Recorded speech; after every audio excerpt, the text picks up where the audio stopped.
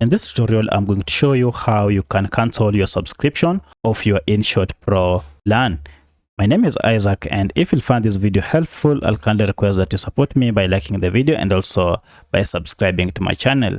So the first thing you need to do is to go ahead and open or tap on your InShot app, and it will take you to this page. Once you're here, you can just tap on this icon here, and then this will show you the plan you are currently on.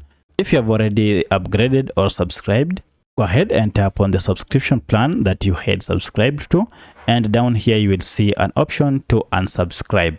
Go ahead and unsubscribe by removing your card or the payment method that you were using. So by following these simple steps, you'll have successfully unsubscribed from InShot Pro. If you have any other question, kindly let me know in the comment section. Otherwise, if this video is helpful, please like it and also subscribe to my channel. Thanks for watching, and let's meet in the next video.